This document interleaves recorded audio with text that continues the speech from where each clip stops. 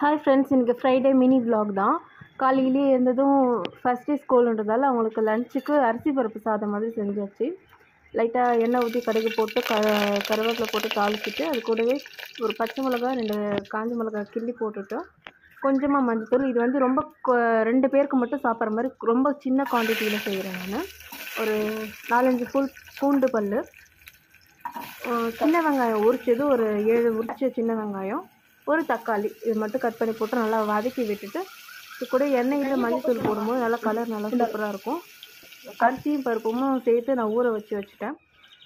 இதில் 1 ஸ்பூன் வீட்டு குழம்புத்தூள் சேர்த்துக்கிட்டு, கொஞ்சம் தேவையான அளவு உப்பு, ஃபுல் டிஷ்ஷுக்கும் தேவையான அளவு உப்பு போட்டு, அரிசிக்கு தகுந்த மாதிரி தண்ணி ஊற்றி நல்லா கொதிச்சதும் அரிசியும் பருப்பும் சேர்த்து ஊற வச்சுருக்கிறது அப்படி மிக்ஸ் பண்ணி நல்லா கிண்டி விட்டுட்டு விசில் போட்டு வச்சிடணும்.